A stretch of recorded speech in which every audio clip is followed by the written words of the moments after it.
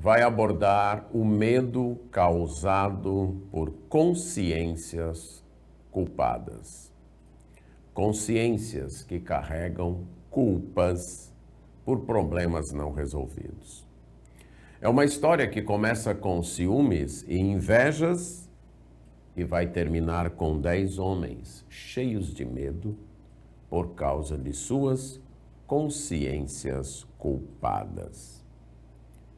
Uma consciência culpada é uma fértil produtora de medos. Um terreno muito fértil para encher nossas vidas de medos. A história começa lá em Gênesis capítulo 37. O personagem principal da história é José, conhecido como José do Egito. José era um dos filhos de Jacó. Jacó, no capítulo 37, já está morando de volta em Canaã, quando retornou lá de Harã. E ele está ali criando seus filhos. E no capítulo 37, versos 3 e 4, nós lemos assim: Ora, Israel, que é Jacó, amava mais a José que a todos os seus filhos, porque era filho da sua velhice, e fez-lhe uma túnica talar de mangas compridas. Vendo, pois, seus irmãos que o pai o amava mais que a todos os outros filhos, odiaram-no, e já não lhe podiam falar pacificamente. José era o filho preferido. Era o filho preferido porque era o filho da esposa amada de Raquel. Se você lembra a mensagem de ontem, nós tratamos disso. E muito provavelmente Jacó queria considerar José como seu primogênito. Mas não era só por isso, não. É que José também tinha um caráter confiável. Era um filho no qual se podia confiar. Jacó já tinha tido problemas com alguns de seus filhos, com Rúben, com Simeão, com Levi. Agora tinha problemas também com os filhos de Bila e de Zilpa. E José era o filho confiável. O filho, então, que ele podia confiar. Agora é interessante que Jacó já havia crescido num lar onde um dos filhos era o preferido. E no caso não tinha sido ele, tinha sido seu irmão Esaú. E isso tinha acarretado problemas. Mas mesmo assim, ele também escolhe um filho preferido aqui. E ele faz questão de deixar isso claro quando prepara uma vestimenta, uma túnica, uma vestimenta especial para José. Uma vestimenta que demonstrava que José poderia ser o líder de seus irmãos. Aconteceu também que José teve um sonho, de fato, 2 sonhos. E nesses 2 sonhos, ele via que seus irmãos se encurvavam, inclusive seus irmãos, seu pai, sua mãe, se encurvavam diante dele, como se ele se tornasse o rei, o príncipe sobre seus irmãos. Deus estava revelando a José o que seria no futuro. E José comunicou isso aos seus irmãos. E aí os seus irmãos, no verso 11, diz: seus irmãos lhe tinham inveja. O pai, no entanto, considerava o caso consigo mesmo. Temos aqui inveja e ódio. Nós não controlamos as situações ao nosso redor. Os irmãos de José não poderiam controlar o pai nessa sua preferência por José. Era algo que estava fora do seu poder, fora do alcance deles em mudar. Agora, eles poderiam ter controlado os seus sentimentos, as suas atitudes, as suas reações em relação a isso. E isso é algo que nós devemos manter em mente.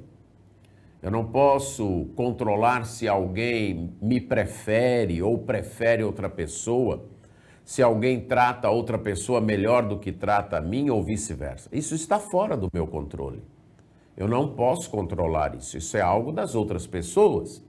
Mas eu posso controlar a maneira como eu reajo a isso, a maneira como eu me comporto a isso. E os irmãos de José estão se deixando levar pela inveja e pelo ódio. Já não conseguem mais falar em paz com José. Como se José fosse o culpado de ser o preferido de seu pai. Não foi José que escolheu isso, foi Jacó.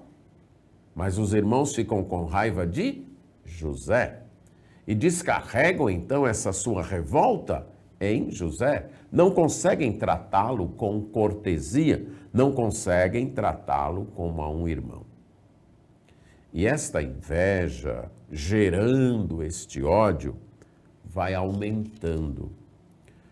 Quando se permite cultivar a inveja e o ódio, você vai fazer coisas piores. Não fica só na inveja e no ódio.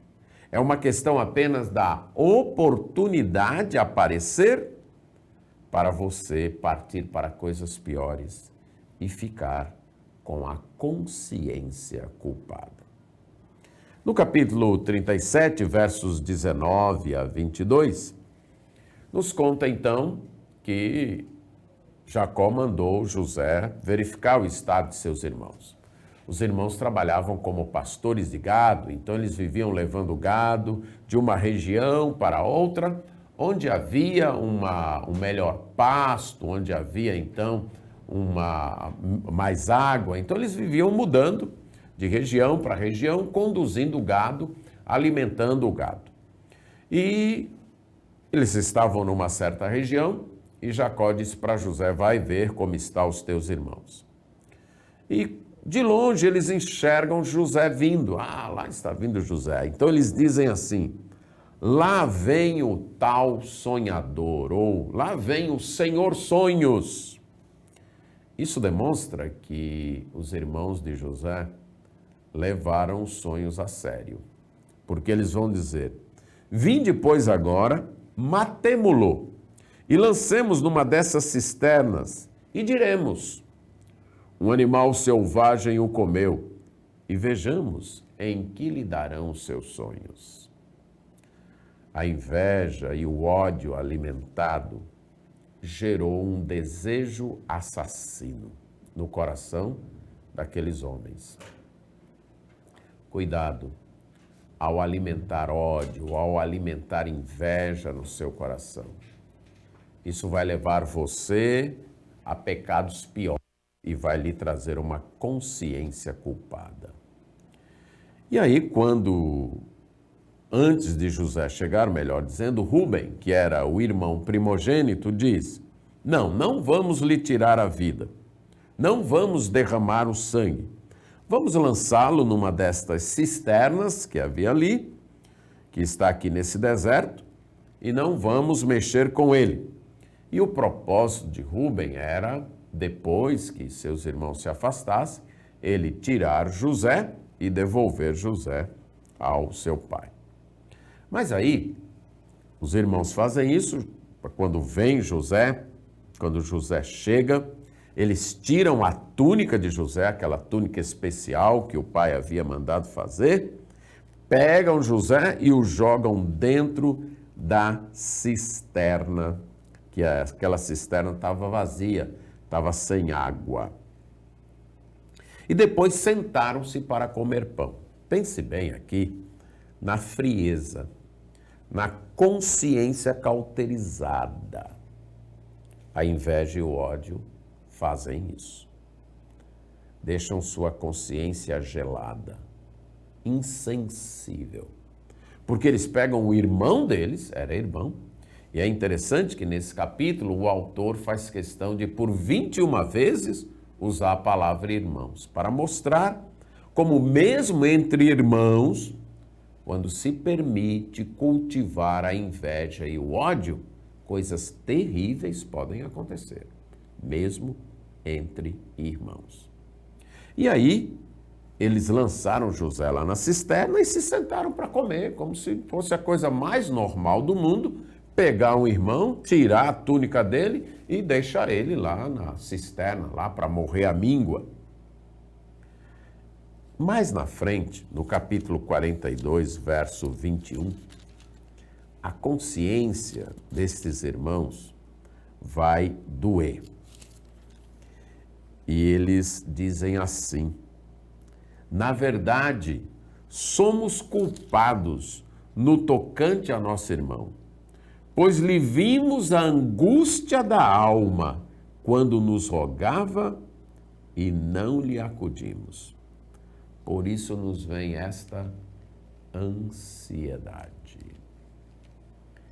Eles, mais na frente, anos depois, mais de uma década depois, eles vão lembrar. E aí a consciência vai acusar. Na hora que eles fizeram, a consciência não acusou. E talvez a pessoa ache que fica tudo bem. Olha, eu fiz, não senti nada, minha consciência ficou tranquila. Eles até se assentaram ali, foram almoçar. E deixaram seu irmão lá. Mas aquilo ficou reservado na consciência. E lá na frente, isso iria acusar. E aí, eles viram uma caravana de ismaelitas. Eles tiveram outra ideia. Vamos ganhar com isso. Não vamos matar nosso irmão, que a gente não lucraria nada. Vamos vendê-lo como escravo e vamos ganhar alguma coisa. E é isso que eles fazem. Eles vendem José por 20 ciclos de prata a esta caravana, ganham algum dinheiro, pegam a túnica, matam um animal, mancham a túnica com sangue e voltam e contam uma mentira para o seu pai, de uma maneira até cínica. Eles apresentam a túnica para o seu pai. Eles mataram um bode, molharam o sangue, aí volta e diz: olha aqui, vê se é a roupa do teu filho. Vê se é a túnica de teu filho. Eu quero chamar a sua atenção aqui. Deixa eu só contar aqui antes que Rúben, o primogênito, não estava no momento quando eles venderam. Talvez tivesse saído para tratar alguma coisa com os animais ali no outro canto, e ele não estava naquele momento. E quando ele voltou, ele não viu o menino lá, o José, que tinha 17 anos na época, lá na cisterna. Ele ficou nervoso, e agora o que eu vou dizer para o meu pai? E aí todos eles, os 10, tiveram essa ideia de bolar esse plano aí. E ao voltar, de modo, como eu disse, um tanto cínico, eles apresentam a túnica para Jacó, e eu quero chamar sua atenção para isso. Vê se é a túnica do teu filho. Eles não dizem: papai, veja se essa é a túnica do nosso irmão. Aqui eles não dizem isso. Vê se é a túnica aí do teu filho. Você percebe a frieza, a insensibilidade. Cuidado com a inveja. Cuidado com o ódio alimentado, guardado, o ressentimento guardado no coração. Vai tornar tua consciência insensível. E mais tarde, essa consciência vai produzir culpa e medo em tua vida. Muito cuidado com isso. E a partir daí, Jacó então reconhece que é a túnica. Jacó imagina que um animal selvagem matou e ele foi despedaçado.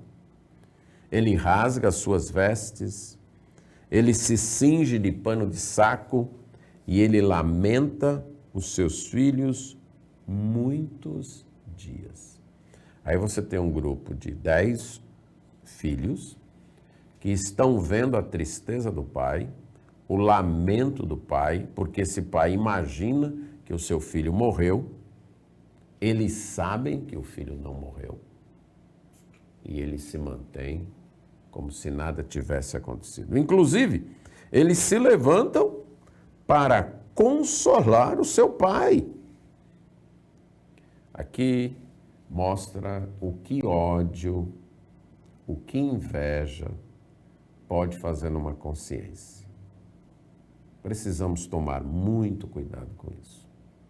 O ódio alimentado, a inveja alimentada, pode nos fazer assim. É interessante que Deus tratou com as pessoas que fizeram isso. No capítulo 38, nós temos a história de Judá.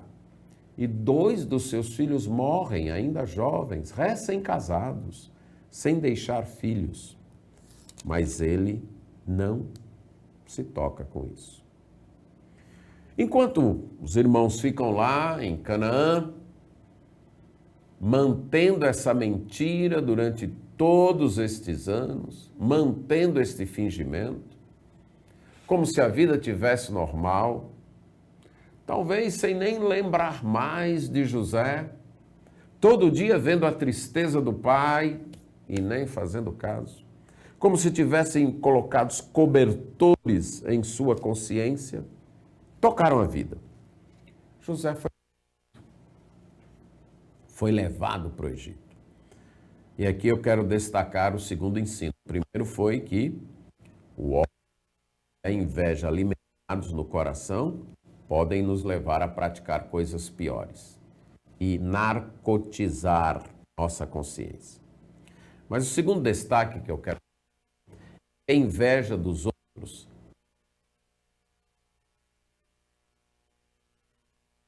Se os outros têm inveja de você, se os outros têm ódio de você, se eles fazem alguma coisa contra você, isso não vai atrapalhar o plano que Deus tem para a sua vida. É o caso aqui de José. E novamente eu quero repetir que nós não podemos controlar o que os outros fazem conosco. Nós não podemos controlar as circunstâncias, mas nós podemos controlar as nossas reações, a maneira como nós reagimos. E isso José fez. Ele não pôde controlar o ódio dos irmãos, ele não teve poder sobre a inveja dos irmãos, ele não teve escolha quanto a ser lançado numa cisterna, eram 9 irmãos contra ele, ele não teve escolha quanto a ser pego por aqueles irmãos e ser vendido para uma caravana, a partir do escravo, ele não pôde fugir daquela caravana, como escravo para um Potifar, teve que trabalhar lá no Egito, mas ele continuou fiel a Deus. Ele continuou sendo excelente. Ele foi o melhor empregado daquele homem, sendo fiel a Deus. Foi fiel, inclusive, quando foi tentado pela mulher do Potifar. E aí, a mulher inventou uma mentira e José foi para a cadeia. Novamente, ele não teve controle sobre isso. A mulher o tentou, ele fugiu, a mulher o acusou falsamente. O marido acreditou na mulher e lançou José na cadeia, apesar de que parece que o marido não acreditou tanto assim, porque a pena para um caso de tentativa de estupro era morte. Mas o Potifar joga José na cadeia. Parece que há alguma dúvida. De tudo isso estava a mão de Deus trabalhando. E o que aconteceu com José na cadeia? Se deixou abater, desanimar, se frustrar, ficar com raiva, com ressentimento? Não. Ele se tornou o melhor preso daquela cadeia. O preso mais fiel, mais confiável. Ele não permitiu que a amargura, o rancor controlasse o seu coração. Ele permaneceu crendo em Deus. Deus tinha feito uma promessa para ele. Ele seria líder dos seus irmãos. E ele continuava fiel a Deus, acreditando nessa promessa. José não podia controlar esse fato de ser preso ou não. Mas dentro dele, ele podia controlar que ele seria um homem livre. Livre dos pecados. Livre da infidelidade.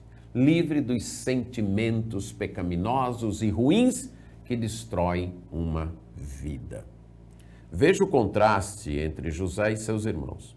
Por muito menos, Os seus irmãos criaram ódio e inveja, que deu-lhes um desejo assassino, um desejo de se livrar de José. E se livraram.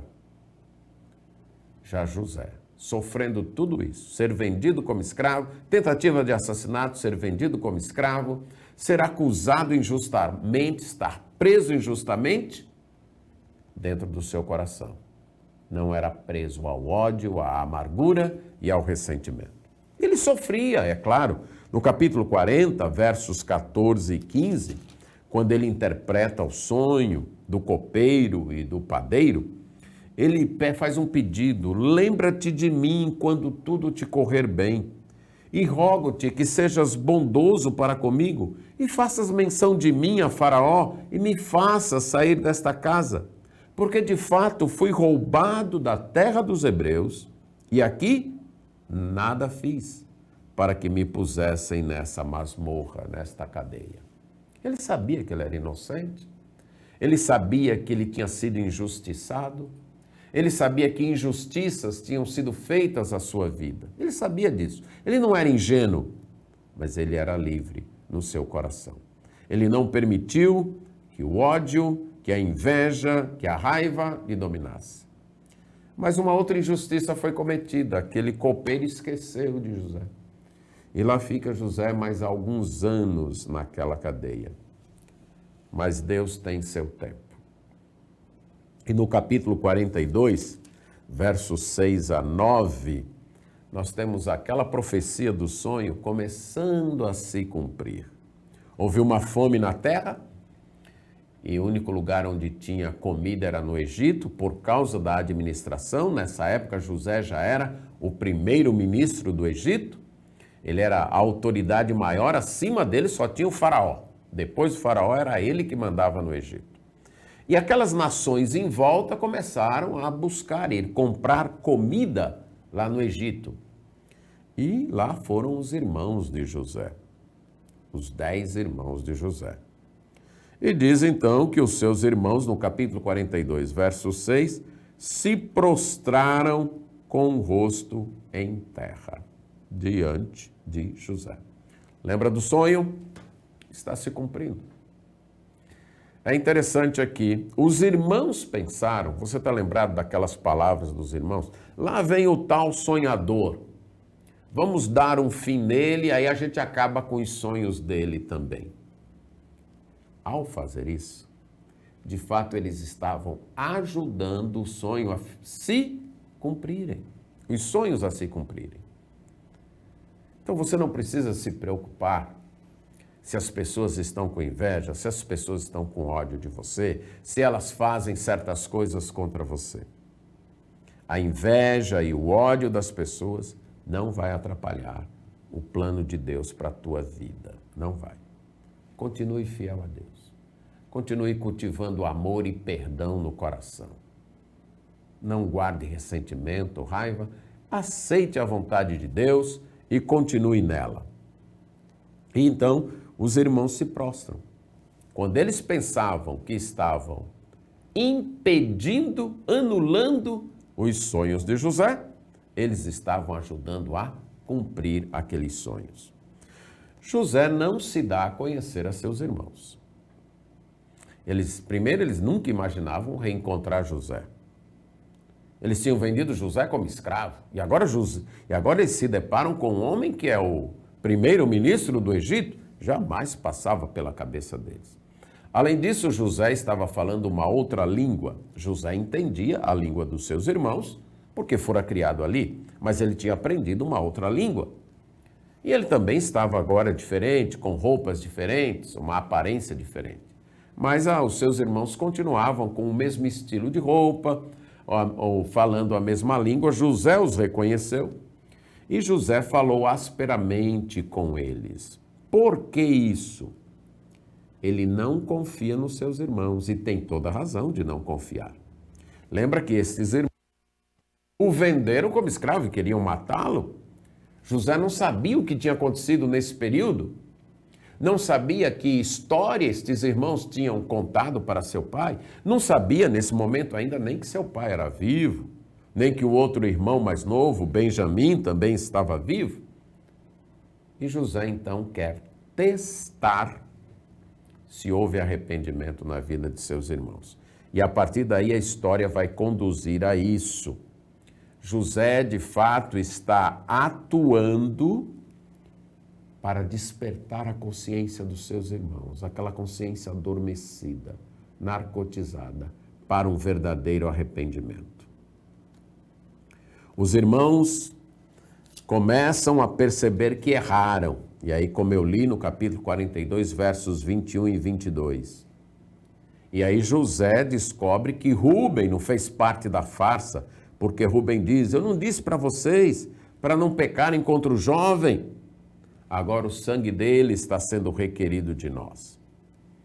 Naquela primeira vez, José ainda não se declara, os irmãos voltam com a comida, mas José manda pegar o dinheiro com que eles tinham pago a comida e colocar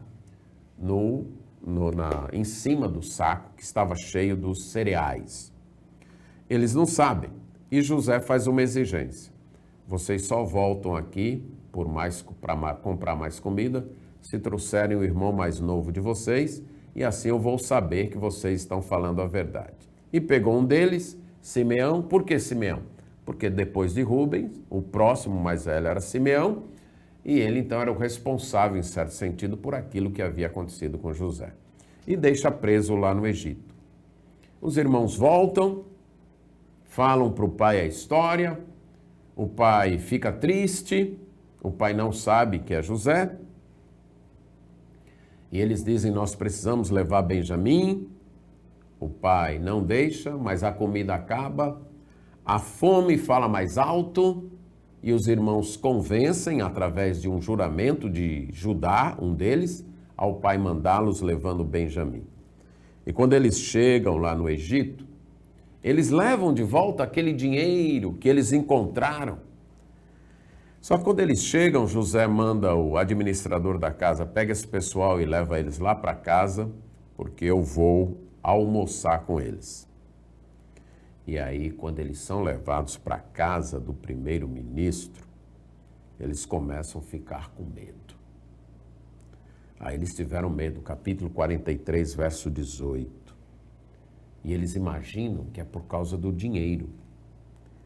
E aí eles chamam então o administrador da casa e diz, ai meu senhor, nós quando viemos comprar mantimento pela primeira vez, quando a gente já estava no caminho, a gente descobriu que o dinheiro voltou lá e nós tornamos a trazê-lo. Aí o administrador diz, não tenham medo, não temais. O vosso Deus e o Deus de vosso pai vos deu tesouro nos sacos de cereal. Vosso dinheiro me chegou a mim. O administrador não mentiu. Foi Deus que guiou José a colocar o dinheiro ali. E, em certo sentido, o administrador está dando uma pista para eles. Mas quando você tem a consciência culpada, você não consegue enxergar as pistas. Você não consegue enxergar Deus agindo. Durante toda a história, José dá várias pistas. Tem que trazer o irmão mais novo. Prende Simeão, eles deviam perguntar, por que Simeão? Por que não outro de nós? Por que não Rúben, que foi o primogênito? Na hora que eles arrumam a mesa, tem uma porção maior para Benjamim. Várias dicas são dadas, mas quando a consciência está carregada de culpa, ela se deixa dominar pelo medo e eles não conseguem identificar. Só mais tarde, quando José prepara uma outra armadilha para tentar despertar a consciência culpada, e agora José vai ficar com Benjamim preso, é que Judá se declara e Judá diz, olha, não, meu pai já perdeu um filho, e se ele perder esse outro, capítulo 44, verso 34, ele vai morrer. e eu não quero que meu pai morra. Portanto, eu vou ficar preso no lugar de Benjamim. José começa a perceber que o arrependimento começa a tomar conta dos seus irmãos. É interessante que ainda não há uma confissão completa, ainda não há uma admissão completa do erro, um pedido de perdão a José, ainda não há, nem ao pai. E isso só vai acontecer, e por causa disso o medo vai continuar na consciência deles, e isso só vai ser liberto num outro não temas que a gente vai ver num outro programa. Mas esse aqui eu quero frisar isso. O não temas só funciona para quem não tem consciência culpada.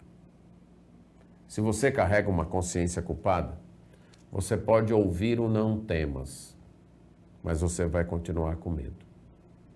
É preciso arrependimento, confissão, mudança de vida, reconhecimento do seu erro, aceitar o perdão de Deus para o medo ir embora.